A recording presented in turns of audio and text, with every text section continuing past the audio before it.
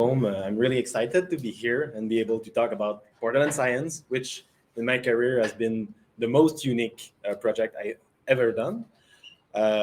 Normally, this is a presentation that should have been done with my partner. Unfortunately, she couldn't make it today, so I'll be talking just twice as much today. Real quick, a presentation of myself. So, Gabriel Richard, as Jerome mentioned.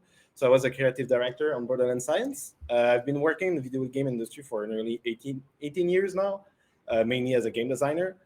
I've worked on high-end franchises such as James Bond, Spider-Man, Skylanders, or Call of Duty. But right now, I'm still working on Borderlands, which is by far some of the best experience as a game dev I've had, and especially with the Borderlands Science project. However, I did study in science, in biology, more precisely, and I was pursuing a career in science. At some point in my life, I had to choose between the two, and I chose to pursue instead my career in video games. So I think the opportunity to work on Borderlands Science was kind of a dream come true for me to just merge two of my core passions. And this is the slide for my partner that I will skip. Sorry about that. So today's presentation is centered around three themes. We'll be talking about the project inception, how it came to be, who were the partners involved, and how the team was actually assembled. Afterward, I will talk about actual game design, how we took the project Philo and made it into Borderlands Science and integrated it within the larger Borderlands 3 game. And finally, we'll have a brief talk about just the production challenges that we faced along the way. So let's get started on the project inception itself. It all started with Attila from MMOS that was looking for a new partner for a really ambitious new citizen science project, along with Jérôme and the team at McGill. He approached our co-studio head in Gearbox Studio Quebec named Sébastien Caisse, who is very close to the academic world himself, having a PhD, and he was really excited about it. So excited, in fact, that he broadcasted an email to the whole company, like a nondescript email such as, "Hey, who wants to help science? We have a project that may be fun." And well, when I received it, I just answered, and we organized a meeting.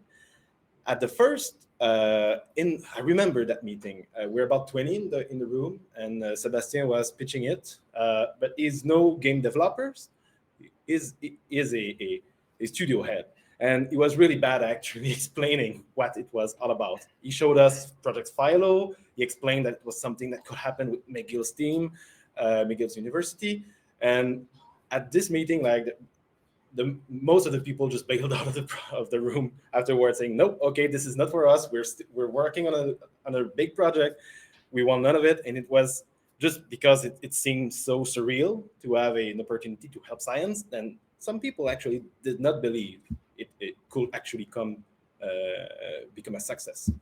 But I stayed there. I was convinced, me and a few others, to just join in the fun. And then we escalated that opportunity to our CEO, Randy Pitchford, to try to convince him to allow us to just take some resources away from Borderlands 3, which was in development at the moment, and just to create that really unique little project. And the joke is, Attila actually already knew Randy Pitchford, so we were trying to convince Randy Pitchford that we wanted to do that, and Randy thought that we were reluctant for some reason and was trying to actually convince us of going through the process. So that was a weird meeting, but at the end of the day, we understood that we were going forward with that, and we're really happy about it. So, and that's at that moment that we started working on it. So, why do science in a video game? I don't want to give the scientist perspective. I go really fast over that because we've seen Jérôme's presentation earlier. But yeah, the computation of accurate multiple sequence alignment is extremely challenging for computers. There's no universal metric to evaluate the quality of the alignment. So the gold standard remains the manual refinement of human experts. And what we could bring to the table as Gearbox was to give access to millions of potential players to give help in that citizen science project. But now, from the game dev perspective, yeah, it's a bit cheesy, but most of us want to make the world a better place, and how to entertainment as value, being able to bring some real life impact through that entertainment is something that a lot of people actually were interested in. So it helps us to add a deeper layer of meaning to our work as game developers. We're not just making games, we're actually also helping people. So yeah, that's fun. So it just felt right to be able to pick our skills as game developers and, well, apply it to something like that. So it was a really big network of contacts, like coming from the American Gut Initiative and Microseta, collaborating with McGill, and having MMOS in between that, trying to create the network linking Gearbox and McGill. So there were a lot of different parties involved, which led to. We ended up with control set of 15 proteins and lime set of 75. And the number of amino acids. So we built two alternative models just to see how it would perform. So one is sorry about that. That's all right. So I won't dive into the details here. It was just like a big infographic to show you that there were a lot of people involved. But yeah, let's dive into the actual project development itself. Basically, how we came from what's on the left, what is Project Philo, and how it became Borderlands Science. So right off the bat, I can give you some of the high-level goals that we gave ourselves heading into that. First of all, it was to simplify the game. So for those of you that do not know what is Borderlands Science, it's an action game. And our target audience is not necessarily the kind of people that normally want to stop and solve puzzles. They want to just run, shoot, grab some more guns, and shoot some more. So Project Philo, some of the puzzles took me upward of 30 minutes to complete them, and that was, of course, far too long for the purpose of Borderlands. So simplifying the puzzles and giving them in more bite size, if I may, was one of the high-level goals we wanted to have. As a matter of fact, I wanted to have no puzzle take more than 1 minute at first. Like 15 seconds to 30 seconds was my goal. But yeah. So we wanted to reduce the puzzle length. And of course, we had to do a platform change. Project Philo was a web browser game played with keyboard and mouse, and we were going to make a game that was played with an actual game controller on video game consoles. So it's not the same interface and not the same environment. The user, instead of playing at a computer, may be sitting on a couch far away from its screen. So the way we present information needed to be adapted to. So those are the high levels goals. And now let's take a look at the actual gameplay changes. What you see on the left is the very first visual prototype I did as a proposal to Jérôme and its team of how I envisioned the new Philo. And it actually still holds up pretty well to what the game actually became. So let's dissect it a little bit and see what kind of changes were proposed. So one of the first most obvious one for the user experience was to actually rotate the whole puzzle 90 degrees. On Philo, you actually align pieces by moving them to the left and to the right, while in Borderlands Science, you simply insert small tokens that raise a whole column upward. That was made for two reasons. The first one was simply as an intuition when I was playing Philo. The first thing I did when playing the puzzles was to just squash all of the lines together to the left, and I felt like that was need less extra steps. So I was like, so shouldn't we just do that automatically? And by flipping it 90 degrees in a way, and adding gravity to just like squash the blocks all together, well, it did this for us. So that was the first reason. But there was another really important reason, which was based on aesthetics and video games. Falling block puzzles are is a well-known trope in video games, and people could, just by looking at the animation of the blocks falling from the top of the screen, they already kind of felt that, oh, this is more approachable as a game, because they've seen that before. Even though the rule set is not exactly the same, they get that it is a game and that it is supposed to be accessible and fun. So that was a twofold reasons for that change. We also added line guides on the left side. You can see the color like T, G, and C.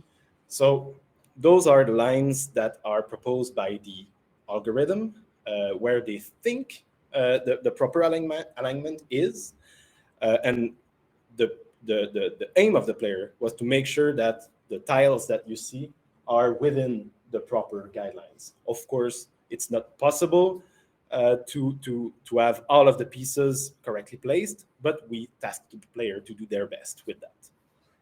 And that really simplified the whole process, because now they actually had a guide to focus on, and they knew their objective more clearly than trying to just like align a whole line at once.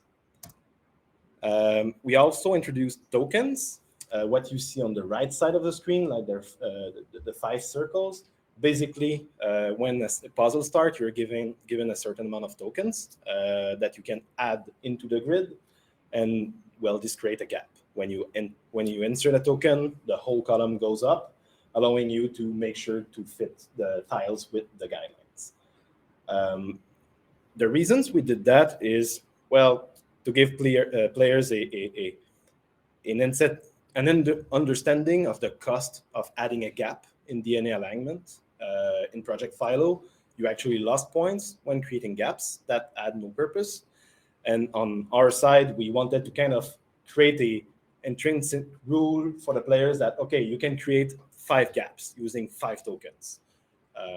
But there's an interesting anecdote here, since it's the problem that we're trying to solve is an optimization problem, right? So we want to have the best possible alignment with the fewest amount of gaps.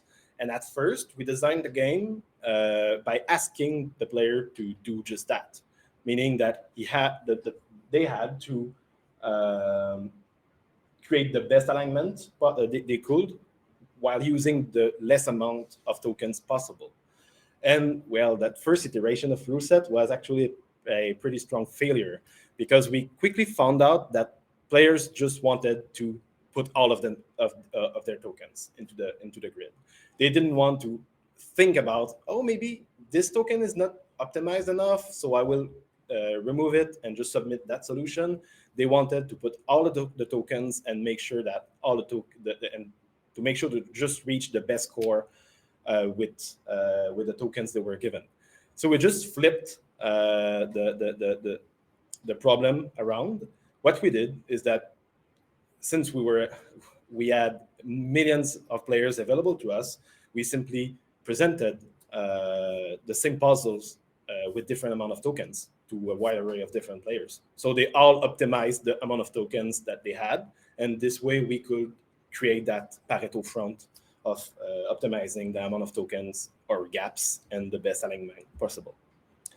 So that was the purpose of the tokens.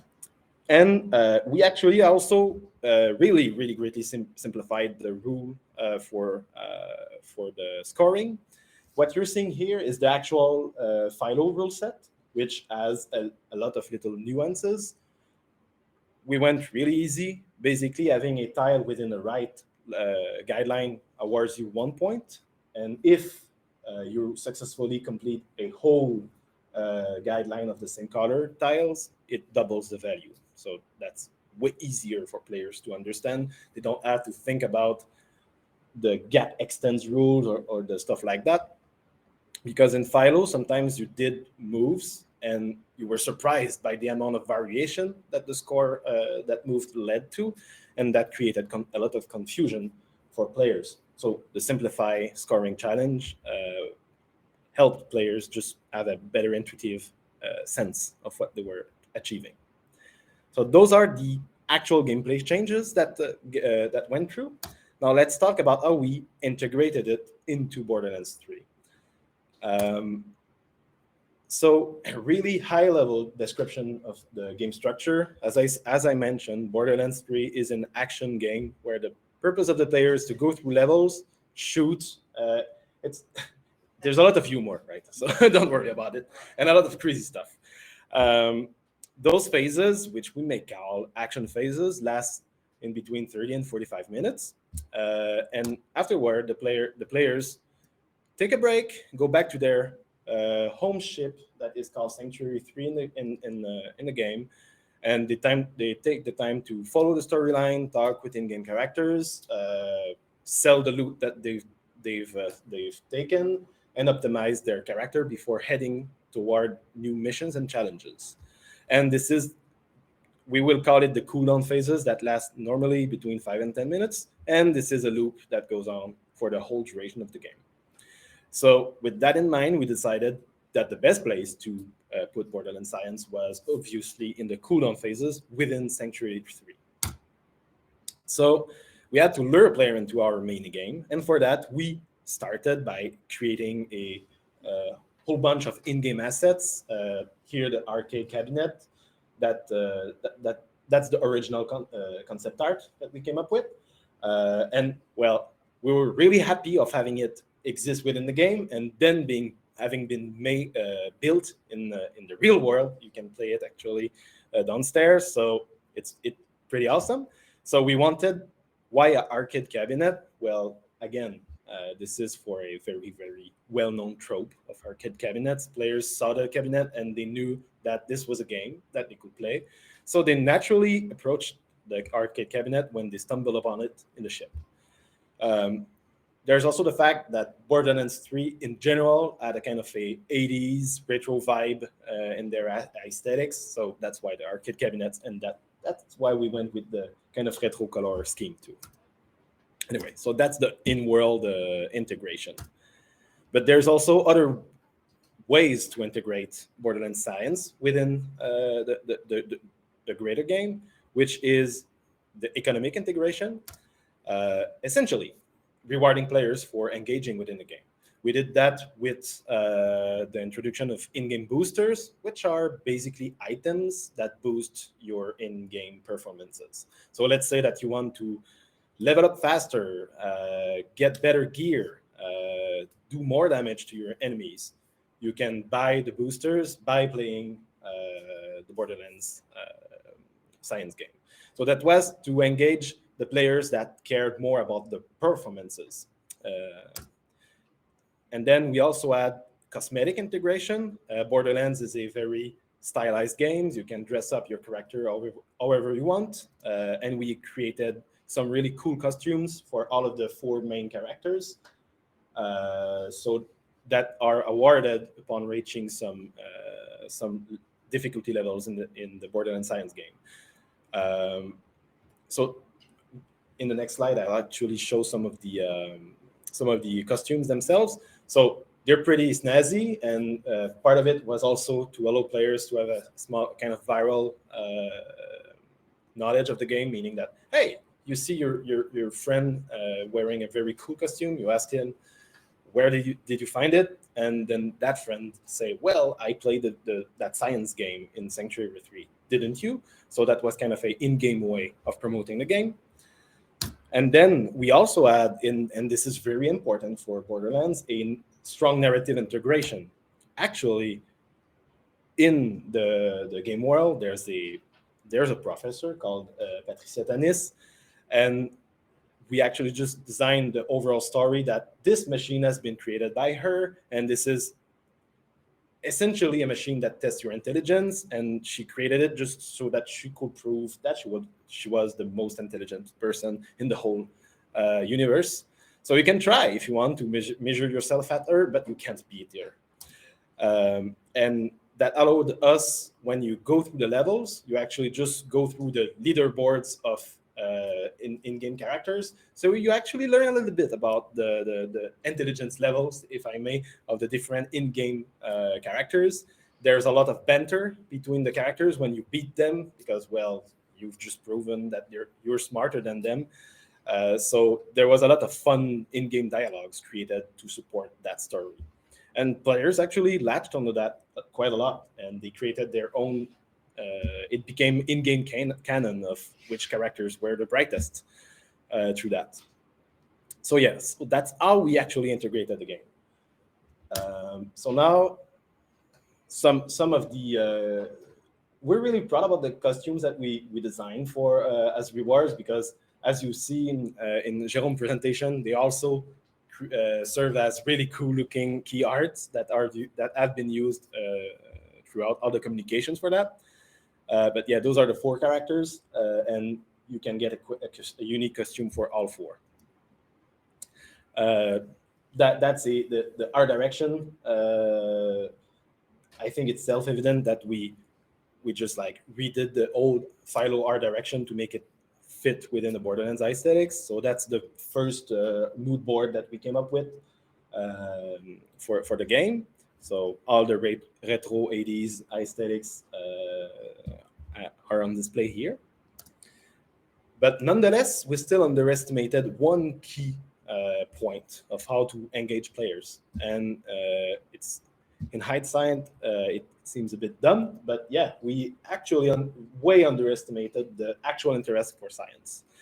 At first, we didn't want to break the fourth wall at all. We wanted to have the most immersive, seamless experience from the in-game action to the minigame itself. And so we buried the science as deep as possible. I thought that nobody cared about what we were trying to achieve, but it was a massive error, because we had a lot of internal user tests with players. And as soon as they learned that the minigame that they were playing actually helped science, they were extremely curious and they wanted to learn more about that. So one of the key learnings that we had is, even though our target audience are action-craving players, there's a large subset of that population that really have a great interest in science. So that video that Jérôme showed during his keynote was actually the fruit of that learning, because we're like, okay, so we don't have the time to actually just like flip the whole game on its head. So how do we teach player about the science behind it? So the idea of the trailer came from that, and it came out great, actually.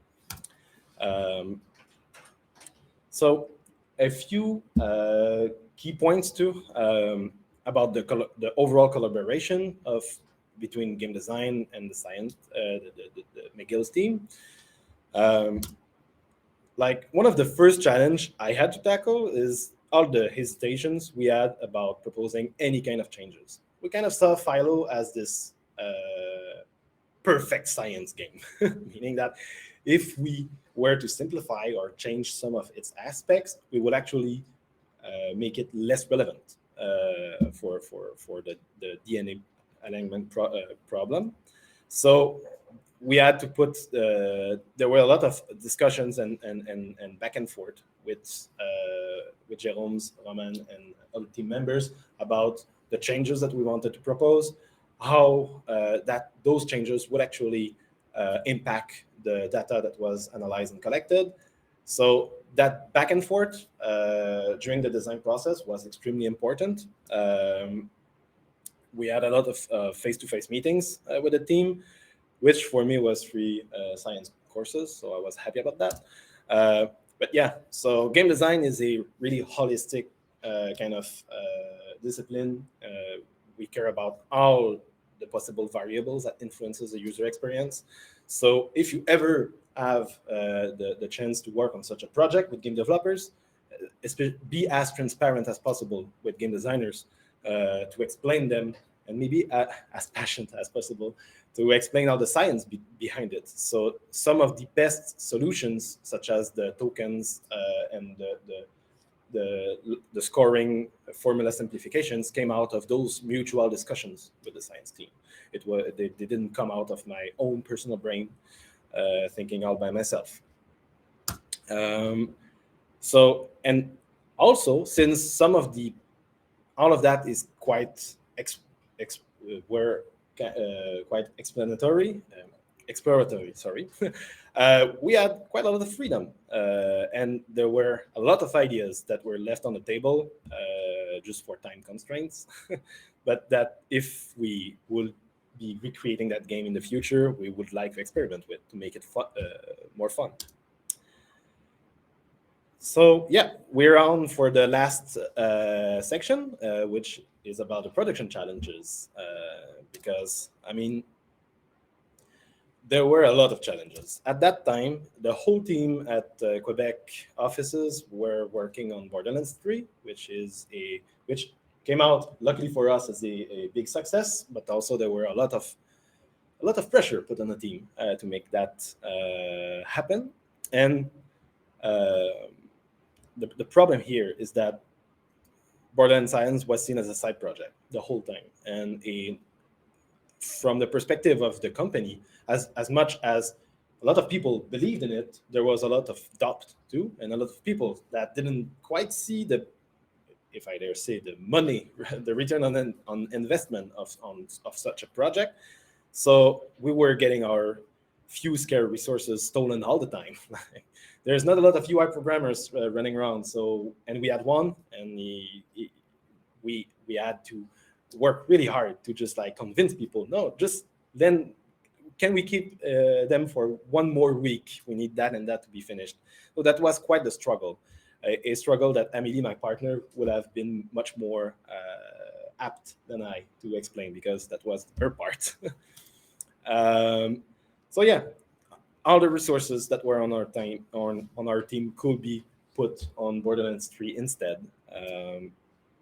And as I mentioned earlier in the presentation, some internal developers actually doubt of our success, or that the game will actually either come out at all or help science at all.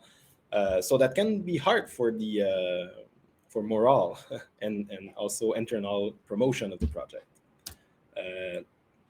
So yeah, and one other key factor is that a timeline, the video game world and the science world just do not operate at the same speed.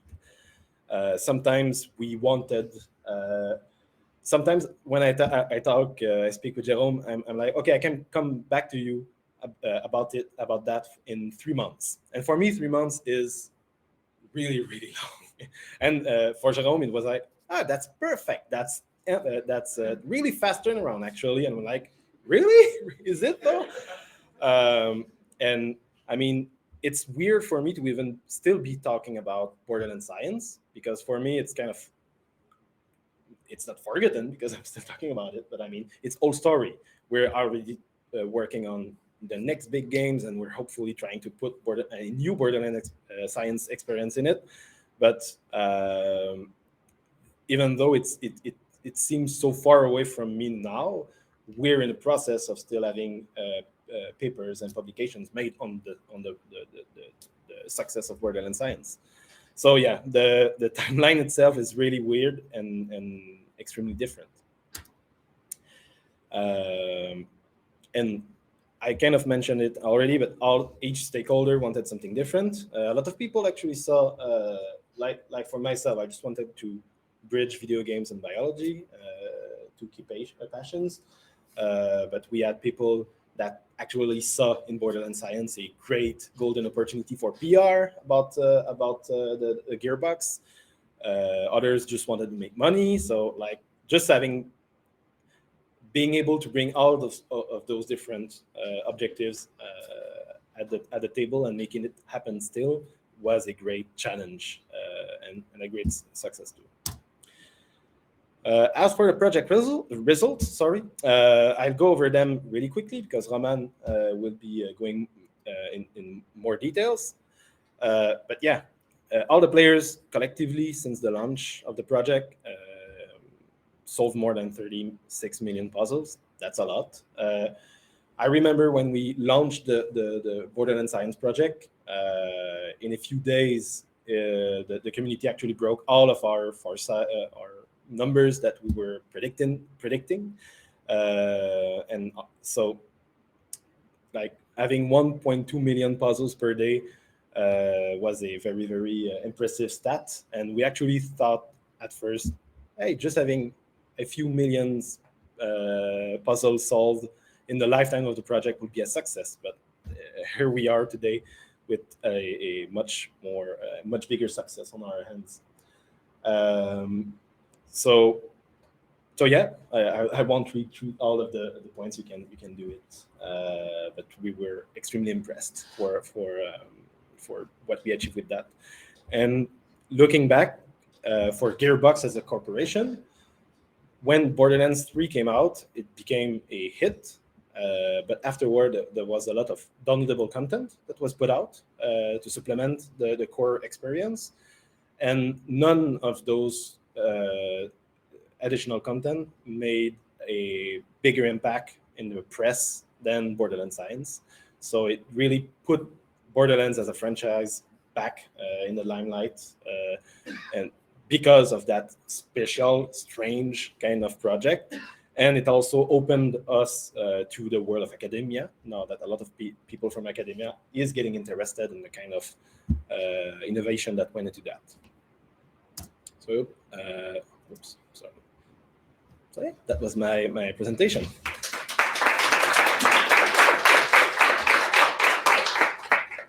So yeah, it's wonderful talk, and I'm very devoted to Borderlands franchise games. I play most of them. So my questions are mostly from the player perspective, I guess.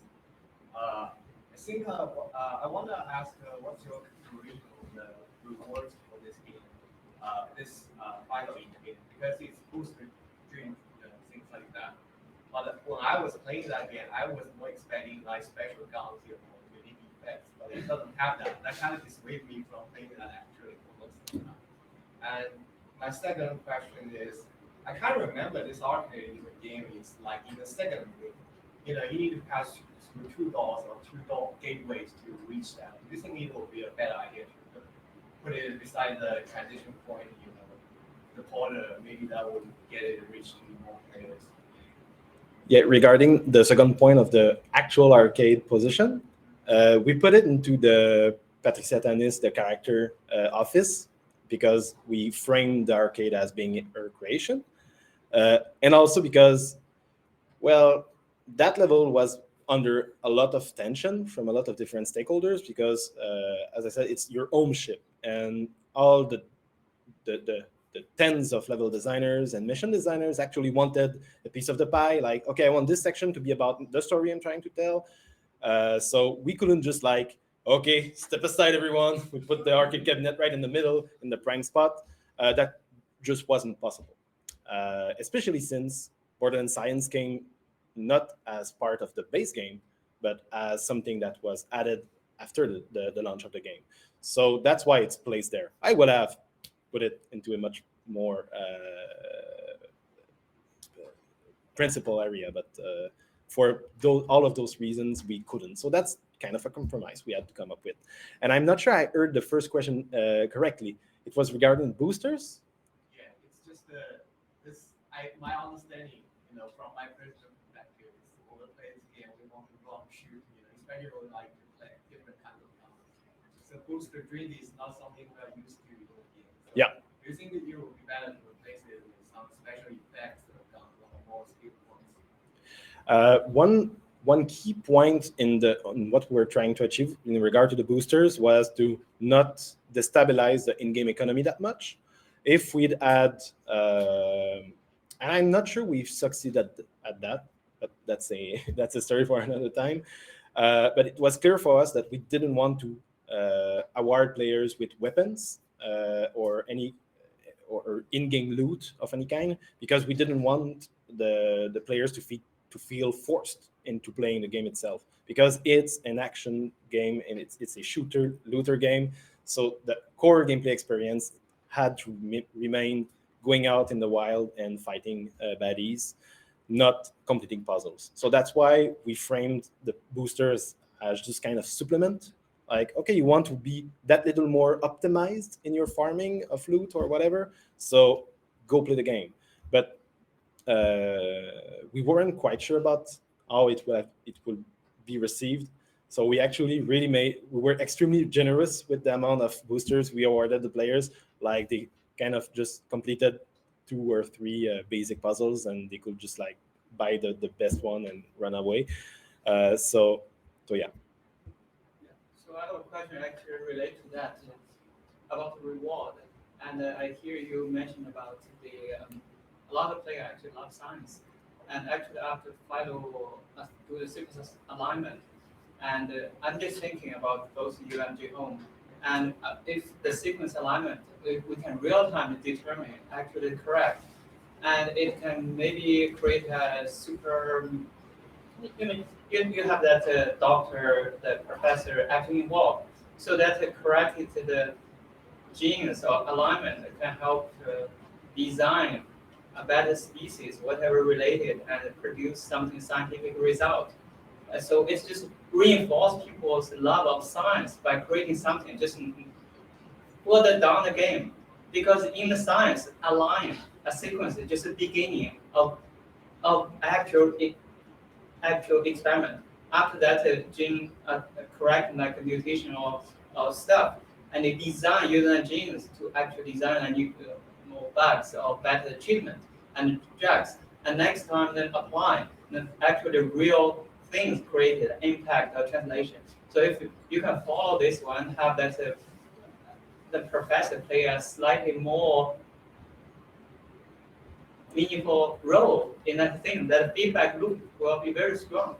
Yeah, well, there were a lot of crazy ideas that we pitched as we were making a game. The game that we ended up with is, as I said, a compromise of a lot of different constraints of time, budget, and team size even. But we definitely wanted to give back something permanent to the players, or to have an actual impact in the Borderlands universe based on all of those DNA experiments that they were making. But we just didn't have the time to go that through. But that would have been the kind of stuff that we wanted. And from those of you that actually know about Project Discovery from CCP Games and EVE Online, they actually created in-game permanent constructions, I don't remember, as a reward for the whole community participating in the efforts. So that was extremely well received by the players, and we wanted to do as much, but couldn't for all of the constraints I've listed. Time for one last short question, but after we stay around for a short while. Yeah, well, I got a train to catch later, so. I know it's easier said than done, but is there an intent of taking Borderlands Science or a related project or a similar project and extracting from Borderlands and making it a standalone game? Because puzzles games, I would do it within an AAA game, but I play them all the time when I'm bored in Metro. I even downloaded Professor Layton just for the puzzles. That's my question. The answer is yes. There's an intent. That's as much as I can say regarding that. But yeah, that I mean, we knew we were designing a mobile game from the get-go, and the path, but we couldn't have pitched it as a mobile game to make it a success. So the path of least resistance was to actually make it as part of that larger project, which already had a very, very big budget behind it, and just like, can we have a little part of it just to make that? So that's why it's part of a bigger game.